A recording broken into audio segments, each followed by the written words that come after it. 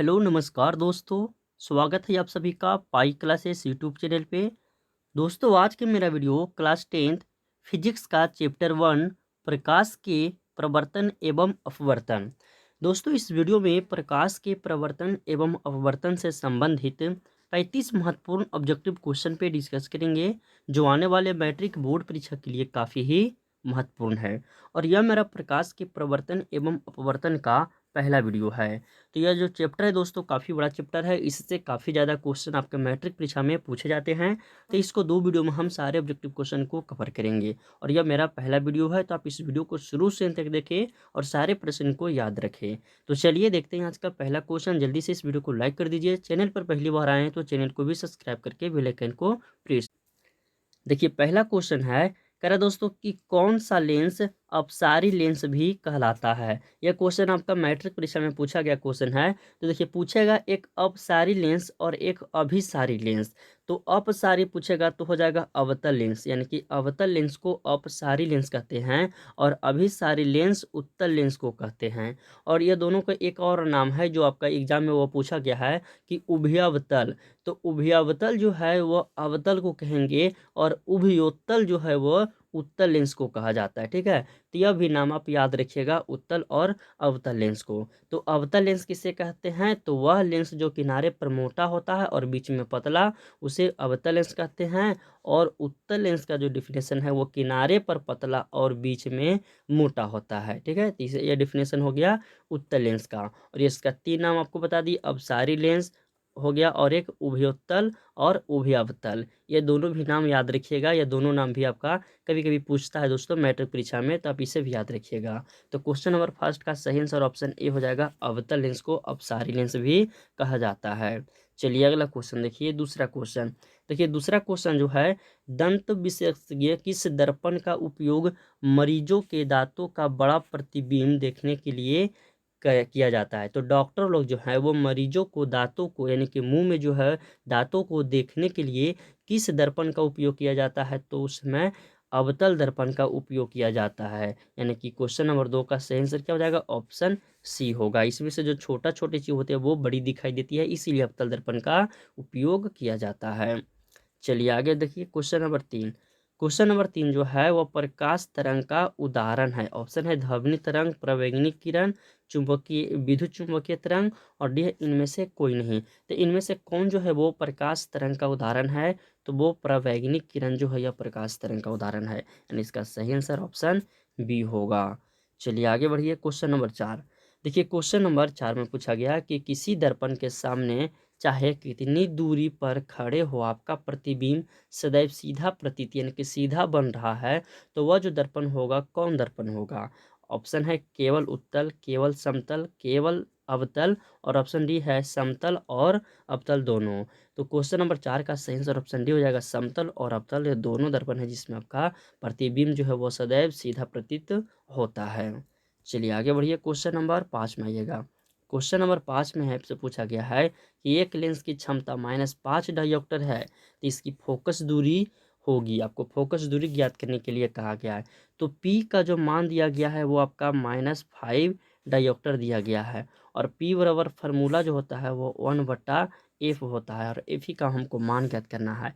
तो -5 बराबर जो होगा 1/f होगा। जब तिरछा तिरछा आप गुना कीजिएगा तो -5 बराबर आएगा 1। यहाँ से जब 5 बराबर हम एफ बराबर जब ज्ञात करेंगे तो 1 बट्टा होगा -5। और इस देखिए सेंटीमीटर में दिया गया है, तो ऊपर में मीटर में है तो इसको सेंटीमीटर में से क्या करेंगे 100 से गुना, यानी कि 100 ऊपर हो जाएगा। तो इसको जब काटेंगे तो कितना होगा 20-25-100 होगा, यानी कि जो आ रहा है वो -20 सेंटीमीटर आ रहा है फोकस दूरी। तो ऑप्शन इसका सही हो जाएगा ऑप्शन ए, 20 सेंटीमीटर, ये -20 सेंटीमीटर हो जाएगा फोकस दूरी। ठीक है, तो यहाँ पर जो फार्मूला आपका है क्षमता बराबर फार्मूला होता है P बराबर 1/f। तो इस फार्मूला से संबंधित आपका एक क्वेश्चन मैट्रिक परीक्षा में पूछेगा। ठीक है, तो आप इस फार्मूला को याद रखिएगा। फोकस दूरी दे देगा तो कभी पावर पूछेगा, कभी पावर देगा तो फोकस दूरी पूछेगा। ठीक है, तो यह फार्मूला को याद रखिएगा, यहाँ से क्वेश्चन आपका मैट्रिक परीक्षा में पूछा जाता है। चलिए आगे बढ़िए क्वेश्चन नंबर 6। छठा क्वेश्चन में आपसे पूछा गया है कि एक अवतल दर्पण की फोकस दूरी 10 सेंटीमीटर तो उसकी वक्रता त्रिज्या होगी। देखिए इसमें से आपका वक्रता त्रिज्या पूछा गया है, तो इसका फोकस दूरी कितना दिया गया दोस्तों, 10 सेंटीमीटर दिया गया है, ठीक है। और इसकी हमको आपका ज्ञात करना है वक्रता त्रिज्या। तो वो जो फोकस दूरी होती है वो वक्रता त्रिज्या की क्या होती है, तो दुगनी होती है। तो यह क्या हो जाएगा, 2 गुना 10 होगा, यानी कि 20 सेंटीमीटर हो जाएगा। तो इसका सही आंसर ऑप्शन डी होगा, 20 सेंटीमीटर।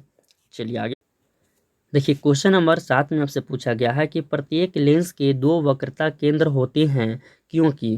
तो दोस्तों प्रत्येक लेंस के दो वक्रता केंद्र होते हैं, इसलिए होते हैं क्योंकि लेंस की दो वक्र सतह होते हैं, इसलिए प्रत्येक लेंस की दो वक्रता केंद्र होते हैं। यानी क्वेश्चन नंबर 7 का सही आंसर होगा ऑप्शन बी होगा, लेंस की दो वक्र सतह होते हैं, इसीलिए प्रत्येक लेंस की दो वक्रता केंद्र होते हैं। चलिए आगे बढ़िएगा, क्वेश्चन नंबर 8। देखिए क्वेश्चन नंबर 8 में आपसे पूछा गया है कि प्रकाश की किरणों का पथ दर्शाने वाली चित्र को क्या कहा जाता है। तो प्रकाश की जो किरणें का जो पथ जो दर्शाता है, तो उस चित्र को कहा जाता है, क्या कहा जाता है, तो किरण आरेख कहा जाता है। यानी इसका सही आंसर ऑप्शन ए होगा, किरण आरेख। चलिए आगे बढ़िए, क्वेश्चन नंबर 9। क्वेश्चन नंबर 9 में पूछा गया कि प्रकाश के किरणों के समूह को कहते हैं। ऑप्शन है प्रकाश स्रोत, किरण पुंज, प्रदीप्त, ऑप्शन डी है प्रकीर्णन। तो क्वेश्चन नंबर 9 का सही आंसर ऑप्शन बी हो जाएगा, किरण पुंज कहा जाता है प्रकाश के किरणों के समूह को। चलिए आगे बढ़िए, क्वेश्चन नंबर 10। क्वेश्चन नंबर 10 में पूछा गया है कि जिस वस्तु से प्रकाश निकलता है उसे कहा जाता है। तो देखिए जिस वस्तु से अधिस्वयं प्रकाश निकलेगा, ठीक है, जिस वस्तु से अधिस्वयं प्रकाश निकलेगा तो उस वस्तु को प्रदीप्त वस्तु कहेंगे। और तो इसमें तो आपका प्रदीप्त स्वयं का आपका जिक्र नहीं किया गया है, सिर्फ आपसे पूछा गया है कि जिस वस्तु से प्रकाश निकलता है उसे कहते हैं तो प्रकाश स्रोत कहते हैं। यदि रहता कि स्वयं प्रकाश निकलता है तो उसे प्रदीप्त वस्तु कहते हैं, जैसे सूर्य वगैरह सब जो हो गया वो प्रदीप्त वस्तु है, ठीक है। तो इसका सही आंसर क्या हो जाएगा, ऑप्शन ए होगा। चलिए अगला क्वेश्चन देखिए, क्वेश्चन नंबर 11 पूछा गया कि प्रकाश गमन करता है। तो प्रकाश जो है वो लाइट जो है वो सीधी रेखा में हमेशा गमन करता है। इसका सही आंसर क्या होगा, ऑप्शन ए होगा। कभी आप देखिएगा यह पैंप है, इस तरह से आपका पैंप मुड़ा हुआ है और इसमें यहाँ से आप प्रकाश प्रोवाइड कर रहे हैं, तो आपका यहाँ जो ये जहाँ पर से आपका टर्निंग है, इसके बाद आपका जो है इस साइड आपका बाहर प्रकाश नहीं आएगा, क्योंकि प्रकाश जो है वो हमेशा सीधी रेखा में गमन करता है, ठीक है। चलिए आगे बढ़िए, क्वेश्चन नंबर 12 में देखिए, क्वेश्चन नंबर 12 है कि अवतल लेंस की क्षमता होती है कैसी, पॉजिटिव नेगेटिव कैसी होती है। तो अवतल लेंस की जो क्षमता होती है वो आपका ऋणात्मक होती है और उत्तल लेंस की क्षमता धनात्मक यानी कि पॉजिटिव होता है, ठीक है। इस दोनों को याद रखिएगा। चलिए आगे बढ़िएगा, देखिए क्वेश्चन नंबर 13 में पूछ दिया गया है उत्तल लेंस की क्षमता। तो उत्तल लेंस की क्षमता हो जाएगा धनात्मक और अवतल के ऋणात्मक। तो इसका क्वेश्चन नंबर 13 का जो सही आंसर ऑप्शन ए होगा। चलिए आगे बढ़िए, क्वेश्चन नंबर 10 में पूछा गया है कि लेंस की क्षमता का मात्रक होता है। तो लेंस की क्षमता का जो मात्रक होता है वो डायोप्टर होता है, यानी क्वेश्चन नंबर 10 का सही आंसर ऑप्शन ए हो जाएगा, डायोप्टर। चलिए इसके बाद अगला क्वेश्चन देखिए, क्वेश्चन नंबर 15 में देखिए पूछा गया है कि लेंस में कितने फोकस होती हैं। ये भी क्वेश्चन काफ़ी महत्वपूर्ण क्वेश्चन है। तो लेंस में जो टोटल फोकस होते हैं वो आपका 2 फोकस होते हैं। इसका सही आंसर क्या हो जाएगा, ऑप्शन ए होगा, 2 फोकस होगा। ये सब आपको जब सब्जेक्टिव क्वेश्चन बताएंगे ना तो उसमें आपका फिगर के साथ जब बताएंगे तो उसमें अच्छी तरह से समझ में आएगा कि लेंस के वो 2 फोकस होते हैं, वो कहाँ कहाँ होते हैं, ठीक है। तो जिसमें आपका सब्जेक्टिव क्वेश्चन बताएंगे उसमें आपको पूरी अच्छी तरह से समझ में आएगा, ठीक है। चलिए आगे बढ़िए, क्वेश्चन नंबर 16। क्वेश्चन नंबर 16 में आपसे पूछा गया है कि जब किसी लेंस पर समांतर किरणें आपतित होती है तो क्या होता है। तो दोस्तों जब किसी लेंस पर समांतर किरणें आपतित होती है तो क्या होता है, ऑप्शन पढ़िए, है कागज सुलगने यानी कि जलने लगता है, ऑप्शन बी है धुआं उत्पन्न होने लगता है और ऑप्शन सी दोनों, ऑप्शन डी इनमें से कोई नहीं। तो देखिएगा इंस्ट्रूमेंट बॉक्स जो पहले था उसमें आता था इस तरह का एक लेंस आता था, ठीक ना। तो जब इस लेंस से सूर्य के प्रकाश जब हम कागज पर प्रवाहित करते थे समांतर, तो वह कागज जो है वो जलने लगता था। तो जब जलेगा तो धुआं भी उत्पन्न होगा। तो इसका सही आंसर क्या हो जाएगा, ऑप्शन सी हो जाएगा, दोनों होगा। कागज ये सुलगने लगता है और धुआं उत्पन्न होने लगता है, दोनों होता है। ठीक है, तो क्वेश्चन नंबर 16 का सही आंसर क्या हो जाएगा? ऑप्शन सी होगा। चलिए आगे बढ़िए। क्वेश्चन नंबर 17 में पूछा गया है कि लेंस के केंद्रीय बिंदु को कहते हैं, क्या कहते हैं? तो लेंस के केंद्रीय बिंदु को प्रकाशीय केंद्र कहते हैं, यानी इसका सही आंसर ऑप्शन बी होगा, प्रकाशीय केंद्र। चलिए आगे बढ़िए। क्वेश्चन नंबर 18 है कि लेंस के कितने वक्रता केंद्र होते हैं? ये भी क्वेश्चन काफ़ी ही महत्वपूर्ण क्वेश्चन है। तो लेंस के जो टोटल वक्रता केंद्र होते हैं वो 2 होते हैं, यानी इसका भी सही से क्या जाएगा? ऑप्शन ए होगा। चलिए अगला क्वेश्चन देखिए। Question number